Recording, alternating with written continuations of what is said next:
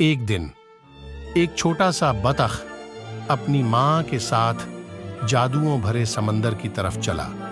وہاں پانی کی گہرائیوں میں اچھیلتا ہوا اچانک ایک جادوئی چمک نظر آئی۔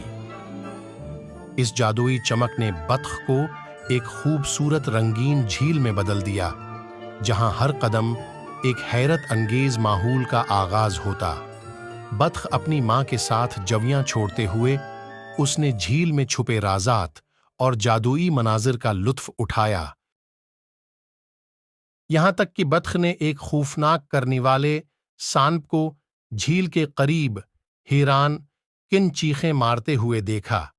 بطخ کی ماں نے جلد ہی ایک جادوئی مچھلی بنا کر سانپ کو ہرا دیا اور خطرہ ختم ہو گیا۔ بطخ اور اس کی ماں نے ایک دوسرے کے ساتھ محبت اور جادوئی سمندر کی سیر کا مزہ لیا، اور انہوں نے ہمیشہ کے لیے ایک خاص یادگار بنا دیا۔